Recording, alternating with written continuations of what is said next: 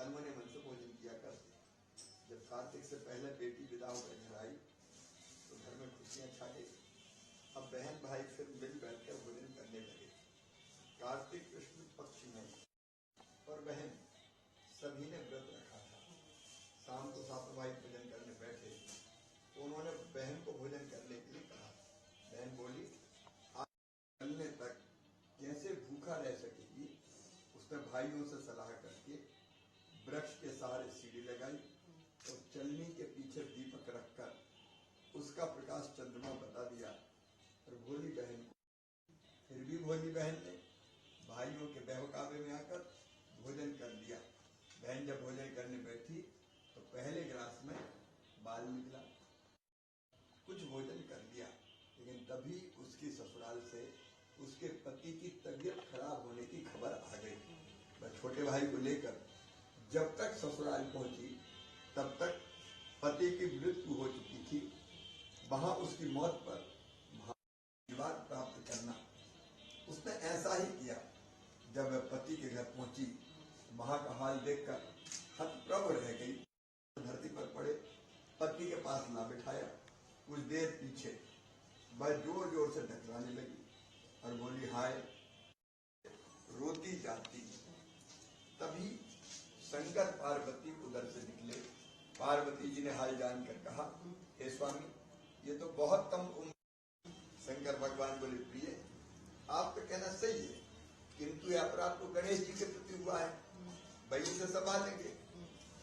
उन्होंने तब उसका पति राम राम कहकर उठ बैठा तो बोले, आज तो मैं बहुत सोया। घर में आनंद छा गया। बहू ने वर्ष के सभी चौथ माता के व्रत किए। सभी चौथ माताओं ने कार्तिक की सबसे बड़ी करवा चौथ खुशी से करती। बोलिए करवा मैया की जय। हे करवा चौथ माता, आपने जिस तरह साहूकार की बेटी को व्रत करने पर उसके पति को दीर्घायु होती थी, एक कार्तिक कृष्ण पक्ष की चतुर्थी के दिन उसका पति जब नदी में स्नान कर रहा था तो एक मगरमच्छ ने, क्या चाहती हो।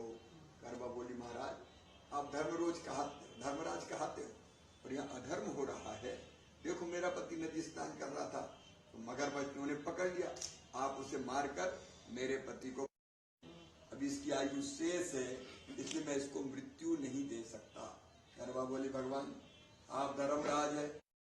यस तुम्हारा गावत जग के सब प्राणी, ओम जय करवा व्रत करती, मैया जो नारी व्रत करती, दीर्घ आयु पति होवे, होए सुहागन नारी, सुख संपत्ति पावे, मैया सुख संपत्ति अभिनाशे। ओम जय करवा मैया, करवा मैया की उनका हो पूर्ण, सब विधि सुख पावे। ओम जय करवा मैया, जय करवा जय।